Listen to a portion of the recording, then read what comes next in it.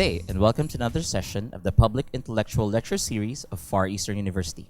I am Leo from the Interdisciplinary Studies Department, and our session for today involves threats to Philippine media and democracy. We have here for today's guests, Melinda Quintos de Jesus, Executive Director of the Center for Media Freedom and Responsibility, and we also have Maritess Vitug, Editor-at-Large of Rappler, and a self-professed fugitive, apparently. So thank you very much, Melinda and Maritess, for accommodating us for today's session. So let's start things off perhaps with the broad strokes and situation of Philippine media and press freedom. Perhaps, Maritess, you can discuss something about that. Yes, I think I'd like to give a little bit of historical perspective. Since I was a journalist 100 years ago, I mean in the dying days of martial law. So at the time, the rules were black and white. We had a dictator, state censorship was reigned. You could not write critically about the first family, the military, the president, of course, President Marcos. So very clear. Everything was, who was the enemy? The dictator. Today, more than 30 years later, when democracy returned in 1986, the situation is different in the sense that this is the first time we're experiencing threats that do not come from let's say, a very defined source. The threats, of course, from the president, but he doesn't need to declare martial law to threaten media and the journalists. The president, Rodrigo Duterte, intimidates the media. How? One, he threatens journalists, editors, publishers publicly. Number two, he uses state agencies to go after news organizations. For example, the Bureau of Internal Revenue, which files cases, tax deficit cases against Rappler and Inquirer. He also uses the Securities and Exchange Commission, a regulatory body, to go after Rappler and look at the corporate structure. And then there's also the Solicitor General, who also goes after media who are critical of government. So it is not, there are no rules in black and white.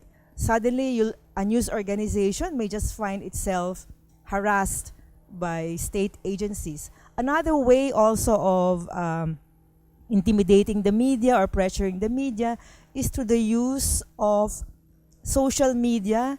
There is no maybe concrete proof yet, but these are funded by Duterte supporters or government supporters. And these social media accounts disparage or criticize independent media, spread fake news about independent media. So it's a mix of threats coming from identified sources and unidentified sources. Unlike, I said, compared to the Marcos years, where there was state censorship, those journalists who were seen as activists were sent to jail, and then news media was shut down, like ABS, if you recall, but you're too young maybe to remember. Thank you. So that's actually a very interesting point, Maritess, because you mentioned authoritarianism led to the censorship of media. Not even just censorship, but the control of media. But Melinda, what I want to ask regarding that point, because you're the executive director for CMFR, or the Center for Media Center for Media Freedom and Responsibility. Given repression, did media, well, as of the moment, especially with the advent of fake news and the spreading of propaganda through online means, what is the role? How did media play a role in the emergence of these situations? The popularity of social media, to the point that they're competing, with more established media institutions. Did media or the media institutions play a role in that in terms of the practice? Was there something wrong, or were there things that should be addressed in terms of media practice? You're talking about the new media that lives in cyberspace or that operates in cyberspace, as well as the traditional media that now have begun to use the same platforms as cyberspace. So the role of the media is simply the use of these new platforms. But the difference is that the mainstream media that use them still provide an editorial process that vets, that checks the facts, that goes through an accuracy tests, making sure that there is verification before they come out with it on their online news. The new part of this media situation is that everyone can be a what you call a journalist at this time. Everybody can be a source of news. If you happen to be in a public event and you have your gadget, your phone, you can actually put it up there in cyberspace, and you will be the first, the one who breaks that news, and some of the other established news organizations will even turn to that initial image that you captured and that you posted. So the whole idea then of the role of the media has completely changed. It is no longer, as we have thought of before, as credentialed news organizations that go through an established process of determining what news should be out there and how this news is to be interpreted. Now there are no rules, right? And established media, or the traditional media, are basically tailoring their own ways of making, of fashioning the news so that it can fit a little bit more into this great big world of cyber news. I mean, I think though in a discussion we need to say, when we talk of media, do we mean media as the platform, or do we mean media as an institution? If we talk about media as an institution, then we must use an older term. We must say the press or the journalistic media. Those who have taken it upon themselves to determine what the agenda is in terms of what citizens need to be informed about. Because that is where the constitutional protection comes from. Okay? And last I heard, we still are a constitutional liberal democracy. Although, if you ask me, I think all bets are off. If we have done what we have done and allowed to have done, the jailing of a sitting senator, the oustering of a head of an independent co-equal branch of government, with hardly a peep from anyone, I don't think we can call ourselves a working democracy anymore. We still have an election, but an election, I think that we should actually ask ourselves where or what were the choices, or was there the liberty to make those choices? So you can have elections and still not be a democracy. But that also raises a very interesting point, because you mentioned you have the press and then you have the people in social media presenting or providing content. Isn't there couldn't the argument be made that before, media was controlled, or information was controlled by institutions like established dailies, networks who provided news? Isn't it a proof that there is a vibrant democracy where you now have people, more people that you don't have to. Of course, I'm quite sure. I'm not sure if that's always the case, but there's a tendency for for the press to have gatekeepers, right? Where they can decide, this is the story you publish because we only have a limited amount of space. Now everyone can do it. Right. What do you think about it? Now, I think it was all intended to be good, right? And those who have engaged in them have basically said, well, I can be part of this great, huge conversation. And democracy does not work unless you have conversation. The whole system relies on the equality of the terms of that conversation, that anybody can get in, that you can actually be part of that discourse, that you can be part of that exchange. Unfortunately, in this game, I think governments have overrun, right, all the other communities. They have captured, and it is not only in the Philippines, it is also in other developed democracies, as well as in the growing democracies in the different places in the world. You now have governments that feel that they can hold to control the platforms, the messaging, the ideas, and use propaganda in a way that has never before been energized by the kind of speed and reach that the internet has given them. So we are in deep trouble, if to use a polite word, and we need to think about this. The other effect is that when you had the traditional media, you had people listening to certain sources of news, and therefore it was easier to develop a shared framework of understanding. People knew, even if you disagreed, you could understand why your disagreement. In this cacophony of sounds and messages and political issues, there's very little time to actually sit down and basically say, why are we disagreeing and where is the common ground?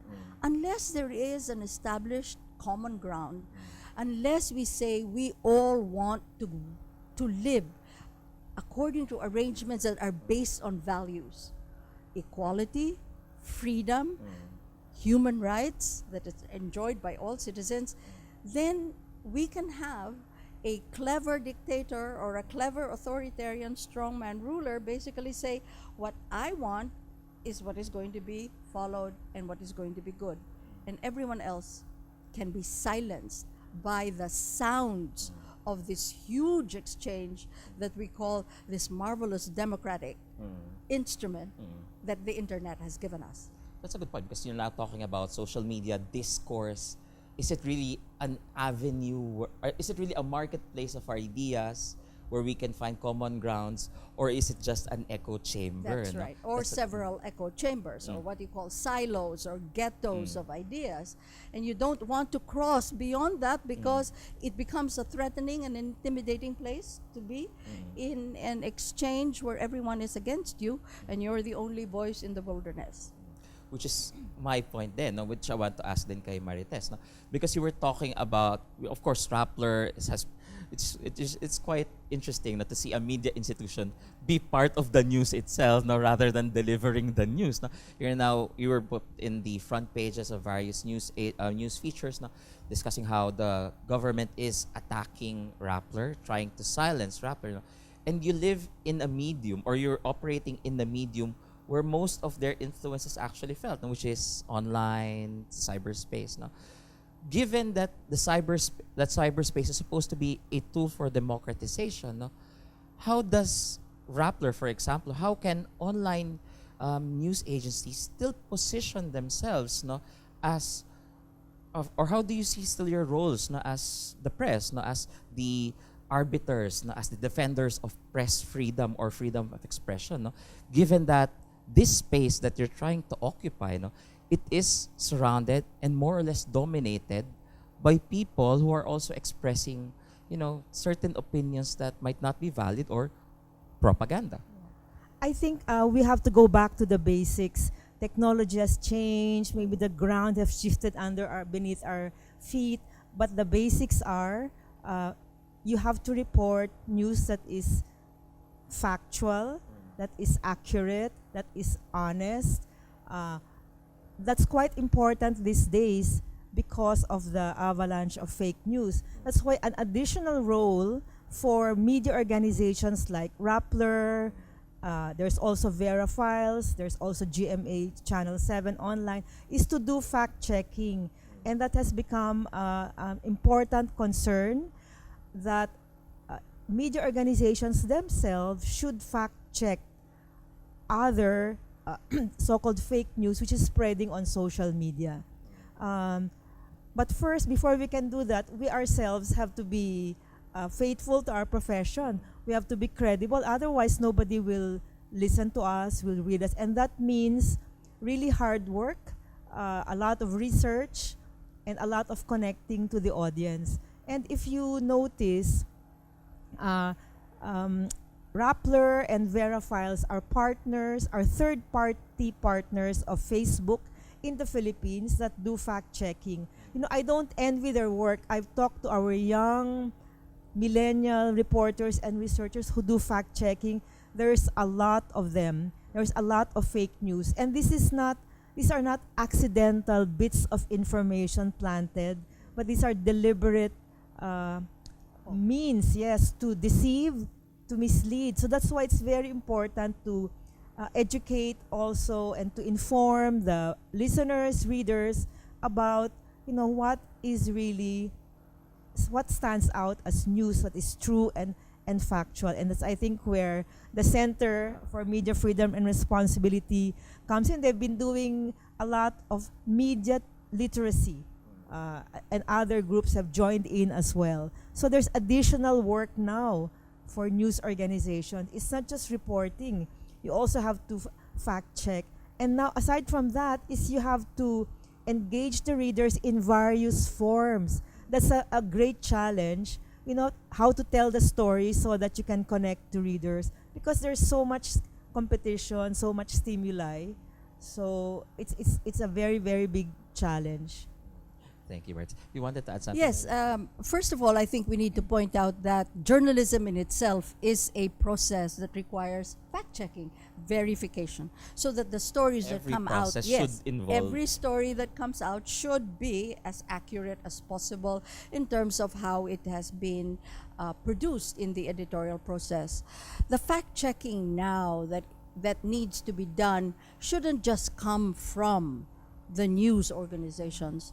I think it should be all the stakeholders in society. I think the academic experts, etc., should be willing to say, well, that's not exactly accurate what the president said, and call the media and say, I can give you an interview. Come over to the office and we'll talk about this, and I'll give you a background story on what actually is the contextual accuracy of it, because it isn't only factual accuracy but also the real narrative of how certain things develop. The limitations of journalism now have come out so dramatically. The way we train ourselves to be journalists ought to be improved on, it ought to grow. At the same time, I think it isn't only the task of the journalists. It should be the task of everyone that looks to what we have become as a nation to review what are our responsibilities here. And I call on the academic community again and again that they too be ready to engage in the public sphere, in the public discourse. You are supposed to be the sources of education of the young, not just the young. But we need to we need to join the force of media's spreading what truths, what facts, what narratives that the nation needs to hold itself to. Thank you. And that's also where I want to lead to next, no? Because we're talking about truth, fact-checking, percent, and there's a challenge involved, because it's not just a simple task to express the truth, but also and to be held accountable, because unlike, let's be honest, no, some people, some social media personalities, content makers, they're not liable, no? They don't have repercussions if they misrepresent information, unlike journalists, no? But that's also, it's not just that aspect, no, the legal harassment, but also how the state, or even how some actors, no, political actors, have responded to the attempts of the press to tell the truth. No? On one hand, you have Rappler, which the government utilized several legal institutional processes to harass. But what about perhaps the provinces, where I'm not sure what the total number of how many journalists have already been killed in the provinces? But isn't that a problem? Wherein, of course, in Manila you could get broadcast. It could be a big issue if you're harassed. But in the provinces, how does media repression happen, and how does it impact, especially us in the centers? It is definitely a dangerous profession to be in the community press. One, you are dealing with people who know one another, and therefore tempers, the hostilities can become much more volatile, because you're face to face with a community that you are covering. A city hall, everybody knows who you are, and the threats are real. But this is not new to the situation. We have always been one of the countries already labeled as the most dangerous assignment by the Committee to Protect Journalists. And that is because we have now A number of publications exist not to be not to give us the news, True. but to cater to the powers that be. So I will not name them. Or maybe I should name them. maybe we should maybe we should I think this maybe is, we should. It we- is a divided. It is a Exactly. divided Yeah. institution. That's right. I was going into that. That how come we are not united beyond the telling of the Right. story? We are not united against the threats against the media. We are a divided media and divided press because there are news organizations that exist not to tell the story, not to tell facts, but to To be fabricate to even. fabricate or to be used by the powers that be, to be in the good graces of whoever is in power. Or maybe even that these news enterprises had been established anyway so that it can serve as political instruments of those who want to retain power in one way or another, whether they are in actual power now or not. They are there to serve some kind of political agenda. And it would be good for the rest of the people to basically know that that is the purpose of their existence. I shall say it, the Manila Times is one of them. Well, they clearly you don't have to say it. I mean, if you know the story of the Matrix and who broke it, Yes, right? Where Malacanang basically said, we have the same story. Naunahan lang kami ng Manila Times. O naunahan pa sila. Yun na nga. So, to my mind, it's just become so clear that so many of them are either going to sit on the fence and basically not get involved. And why they are there, I do not know. Huh? But those who are actively being used as vehicles of false news or fake news. You mentioned a very important point. You said news enterprise, no? So which leads me to ask, since you're part of an organization, does it really affect the fact that news is not? How do we view media, the news press institutions today? Are they enterprises? Are they businesses? Or should they be public trusts? No? Because that's what we were talking about. Melinda and I were talking about it earlier. How should media be? How should the press position itself? Should it be in private hands or in public hands? Should it be treated as an enterprise, as a business, or as something that contributes to the public welfare? Well, I think both. It should be a public trust and it should make money to survive. Otherwise, there will be no long-term future for news organizations. And staying independent in these days, of media being now owned by, let's say, one or two entities, Philippine Star, Business World, TV5, that's owned by one group, etc., etc. No? So staying independent nowadays, or even before in the past years, requires one to be able to raise funds for one's existence, but at the same time keeping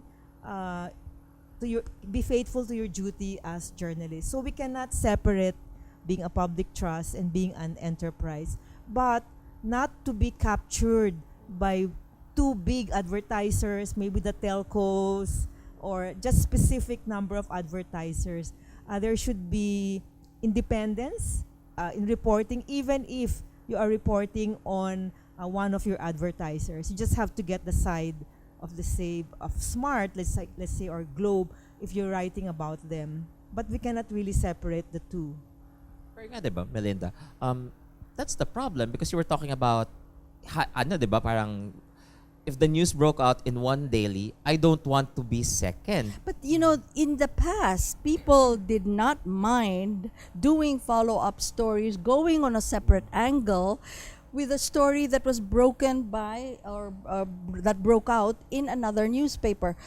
The reference was in a story that was published in, and then they will not name the newspaper. If you watch what has been going on in the U.S., the Washington Post and the New York Times have been on a real competitive run for the coverage of the Trump administration, and they will do better than the other one and in that sense have come out with some really excellent political reporting. We're not ready to do that. We're not in that game, I think, at this point, except for a few, and no one else wants to match that.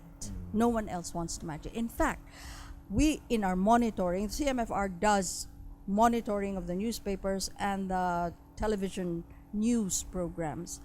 We were basically looking at how many stories are simply not reported once it is done by one or the other. We have also noticed that so much more of the facts are coming out of the columnists, the opinion pieces that have made, probably have better sources, are probably braver in terms of like putting out what they have pieced together as their interpretation of what is actually happening. Editorials are now outstripping some of the news stories in the same newspaper. We think the editorials of Philippine Daily Inquirer have provided many more facts than what you can find in some of the news accounts about the issues on the same issues. Why is that? That, to my mind, I think there has not been a fuller development of the skills, of the process, of what it is about, even the determination of what news matters at this time. We are always following the government to set that news agenda.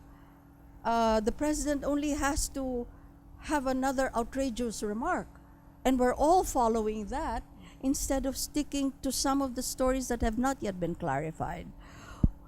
It has not yet grown into the fourth estate.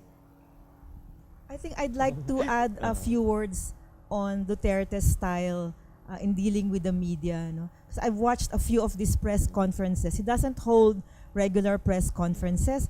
He likes to dominate. He doesn't like questions. Doesn't like you to disagree with him. So this has also intimidated reporters, because when I watched some of them and I said, why is there no follow-up question? And he doesn't want his minder, the moderator rather, doesn't accept follow-up questions if they know that you're quite critical. That's why this led to the banning of reporters, not just one, but all Rappler reporters who cover him are not allowed to cover him. So it's also the kind of setup that the president does with the media.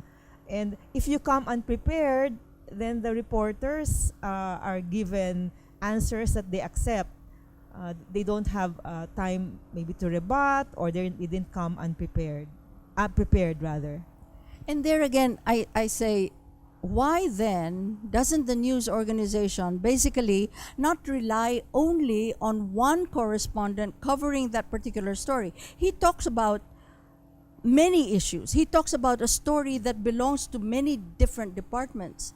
An editor then should say, "Huy, the president said this. I just got it from our Malacanang correspondent." Then you all run around all those different departments and get your angle of the story so that we can piece it together and make it an even bigger story, not just what the president said, which, if you look at so many of the news accounts, are virtually he said, she said. Very few of the news organizations force the reporters to basically get out of the mode of quoting the statements of a public interview or a conference.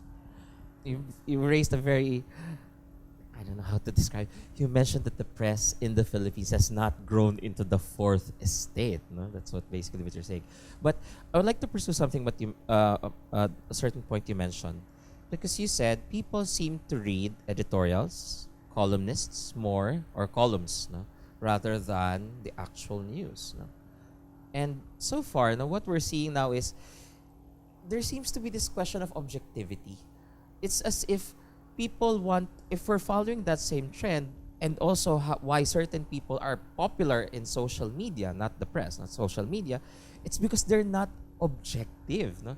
It's because they present an opinion, and also they present arguments that push forward their opinion. So I'll probably raise it to Maritess first. So how does that work? No, it's as if is there really such a thing now as objectivity in the press, or is it or if you'd like to clarify it, is everything about propaganda? How is the press working on this type of contradiction nowadays? Now, first of all, I don't believe in objectivity in media. It's just fairness, because the choice of information you put in an 500-word news already determines. It's not a bias, but you have to choose what to you is the most important. So it's just to be fair that you get the other side or the third side of a story. So we don't usually say we're objective. We want to be fair and accurate. And there are media personalities. I don't know how to categorize the Tulfo brothers, for example. They're the examples of journalists who are celebrities and who provoke rather than enlighten, and who want to cater to the powerful also. I don't know if because he's the influential journalist on social media that I hear of, and I don't follow him, although he makes the news. So that's not my kind of journalist, and that's not the kind of journalist that we would like students to model to follow, because they are more after being celebrities rather than real journalists. I think broadcasters should be trained as journalists first before they are taught the skills of miking and having this radionic voice and whatever, right? And engaging their audience out there. If we call them journalists, whatever platform they're on, then they have to do journalism, which is determining what the news that matters, the news that make a difference, the information that will help you become better citizens so that you can participate in the public sphere. To get back to the issue of objectivity, I mean, this objectivity thing, I think, has been taught as a theory in the schools, in journalism schools, without much discussion about what its impact ought to be when you're actually writing the story. The story is that objectivity, the only meaning that it has is that it has to be factual. Once you get those facts and you get them verified, then you're basically sailing on the issue of objectivity. What has happened is it's become a cloak to protect myself from further finding out any more than just the quote that I got from so and so. So I can just say, well, nobody can question my objectivity. That's what he said. My tape says so. Everyone heard it. What does it mean? Where did it come from? Why didn't you ask more questions? Because you know that it runs against the face of other facts that you should have known about if you're reporting on that particular issue. I'd like to get both of your thoughts about this, because you were talking about, Melinda, we're talking about what should be done. What is objectivity? You mentioned it also, Maritess. This is what should be done. There are certain standards that should be met. No? That's why it's not just about having a bombastic voice. No? It's about being able to investigate and truly flesh out what needs to be said. No? My question is, how do you both feel about media professionalization? And when I mean by professionalization, it means you should have, similar to doctors, to nurses, that you should have an exam that legitimizes that you're a journalist. And how do you feel about media regulation, in the sense that there should be, if you're a journalist and you did not provide the truth, you should be penalized for it. What do you think about that? Let's start with you, Maritess. Well, I'm definitely against licensing of journalists, because we're not dentists and we don't pull teeth. We give information. However, the demand is for news organizations, for editors, for publishers to hire and screen competent journalists. And if they're just starting to train them, nurture them with the right values of honesty, fairness, truth, all this, and ethical practice of journalism. So that really it begins when you enter the world of journalism. But even before that, when you're in school, you study ethics, you learn how to think, you learn what is your worldview, and then when you want to become a journalist and you are hired by a company, a news organization, that's when the training begins. Then the values of that company, you imbibe this. So I don't believe in licensing, and we are in a self-regulatory environment, and I think this self-regulatory environment needs to be strengthened because there are broadcasters, journalists who have not been penalized. Unscrupulous. Yes, who for their violations of ethical practices. This thing about corruption, let's admit it, there is corruption in the media, but at least now we get to talk about it, we get to expose it, unlike before 100 years ago when it was taboo.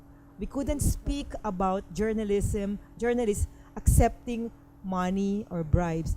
Now it's being talked about. We sort of know who are doing it, and some newspapers already have sanctioned or fired these unworthy journalists. So having said that, we need to have a better maybe recruitment process for journalists, and then training, and then for news organizations to be very strict in implementing ethical standards. If the editor hears even just a bit of rumor about a reporter, I think that editor should already start checking.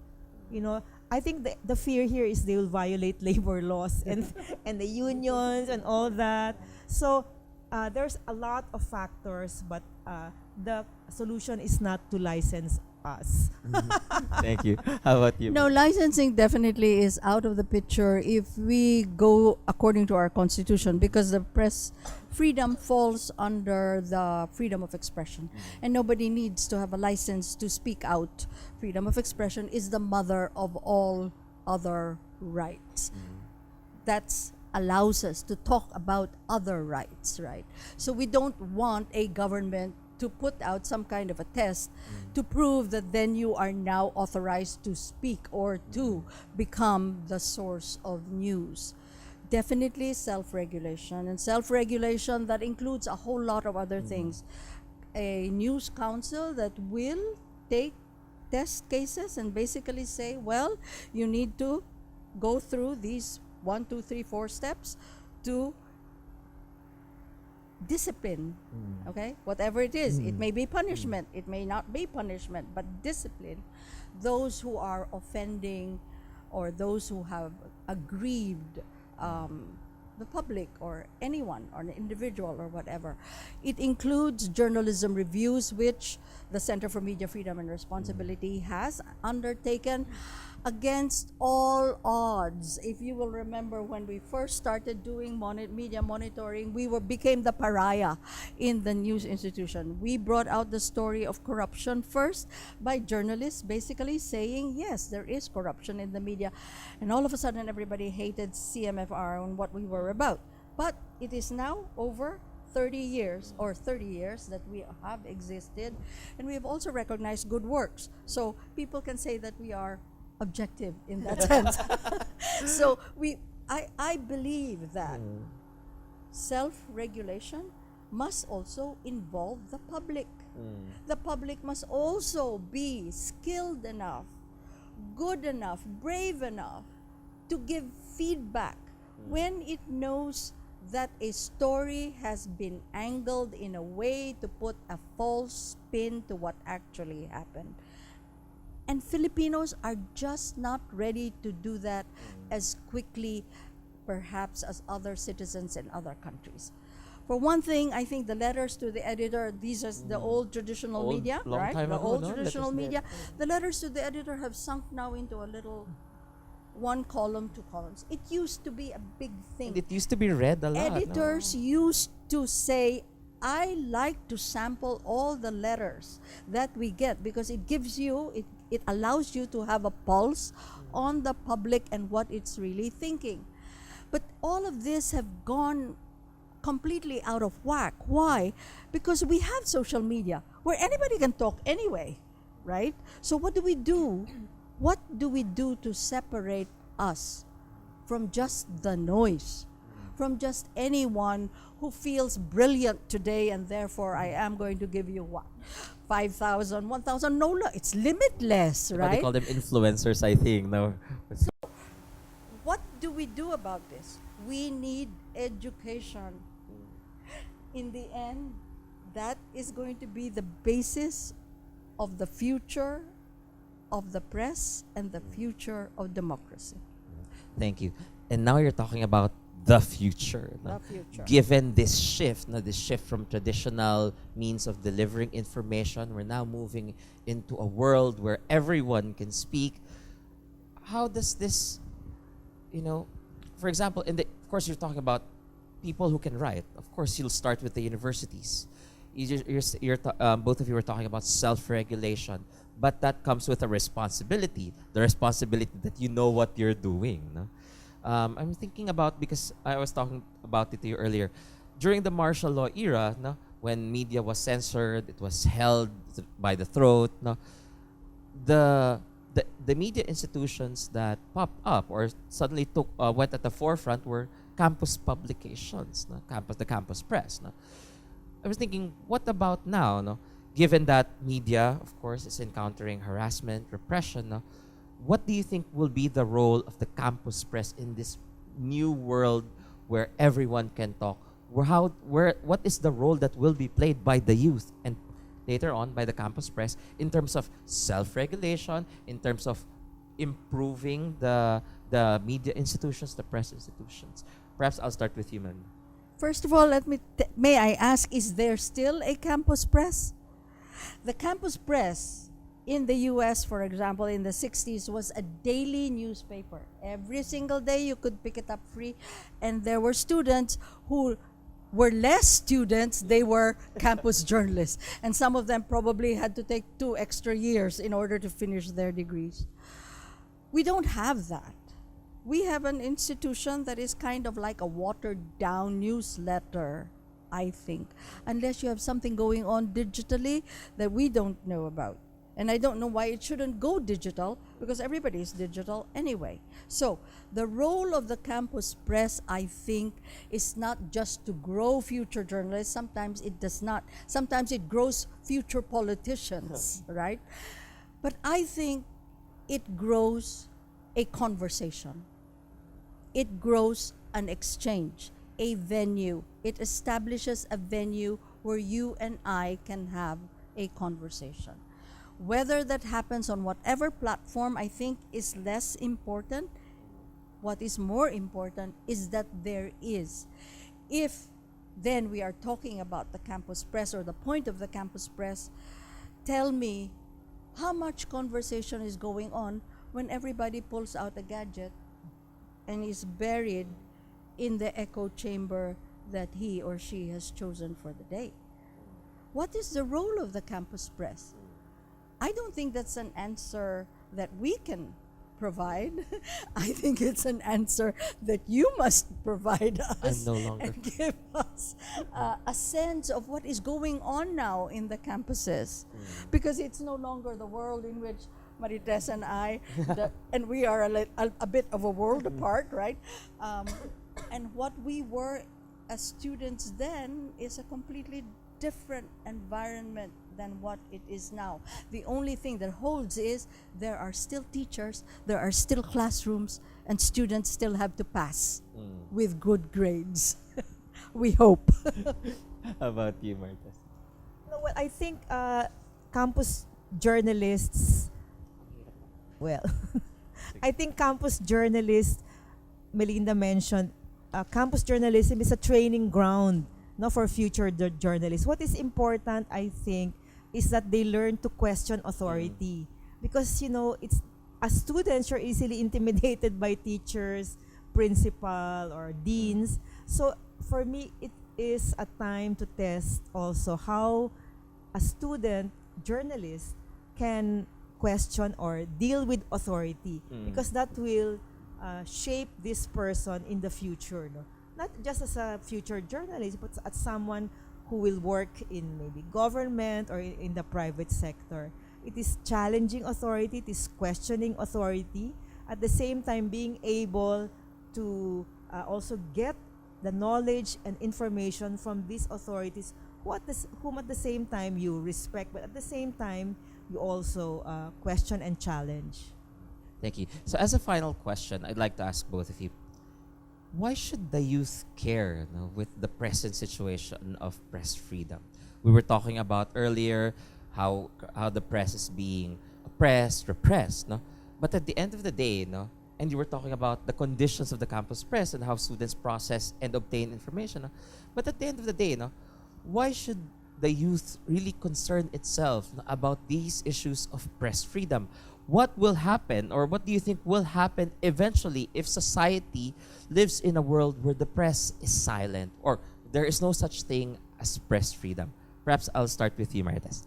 Yeah, why should the youth care? Care. Because otherwise there's nothing to read when they scroll their mobile phones. I mean, information is vital in a democracy. How do our young people make decisions? How do they decide whom to vote for? How do they decide what positions to take on issues like China's encroachment in the features belonging to the Philippines exclusive economic zones? No? If there were no free press, if there were no free flow of information, then how would we know? How would they know about what's happening, outside our shores, within the country? How would they even be able to think and question things, issues? So I think if we didn't have a free press in the Philippines, then it's like going back to martial law.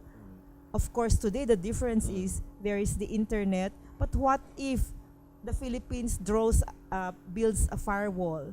What if we aspire to be like Duterte's great friend China? So it's very difficult to imagine a world wherein there is no free flow of information. So I think just that idea should instill fear in the young people that suddenly they will not have access, to information, no matter with the technology, if what is being fed is controlled by government. How about you? It's true. I mean, I think the only thing that would make them really care would be the threat to their access to whatever it is that they're getting in their gadgets. I don't think everybody uses the mobile to access In the provinces, for example.